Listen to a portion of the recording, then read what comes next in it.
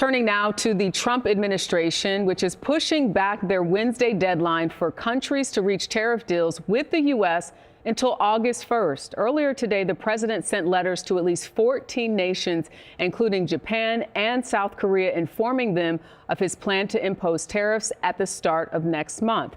Money Watch correspondent Kelly O'Grady joins me now. So the question is a lot of back and forth, Kelly. Why this extension? And also, what is the purpose of these letters? So, look, I think this is a bit of a negotiation tactic. I think it's very important that these new tariffs aren't going to go into effect until August 1st, right? That gives a little bit of time here to come to a deal. And I will highlight at the very end of each letter, it essentially said, hey, if you're willing to take your tariffs off of us, we are willing to revisit this. So they're leaving the door open.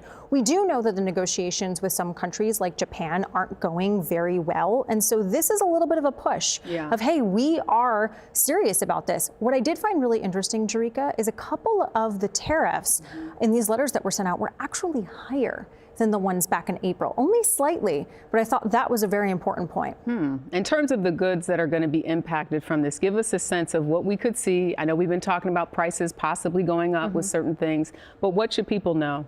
So I want to drill down on Japan and South Korea because of the countries that got letters today. Those are the biggest. Think electronics, machinery, chemicals, plastics, rubber, things that are very important for manufacturers. Also, one that might be important to you, I know you've done a lot of reporting on it, skincare. South Korea is a huge hub for skincare. It's a big one for me.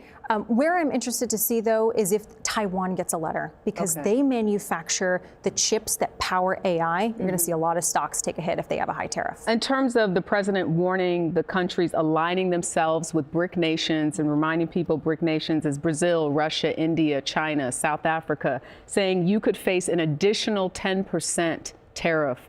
What is that all about? This is a geopolitical move. So two of the countries that you mentioned on there, Russia and China, we have a pretty contentious relationship with. The BRICS bloc has floated, creating an alternative currency to the US dollar, which is the dominant currency worldwide. And that underscores the push to challenge the U.S. economically. And we do know that even though most economists say, hey, this currency is never going to work, that is a threat to national security. I feel so much better every time I hear from you on the economy and all things that are happening with tariffs. Kelly O'Grady, thank you.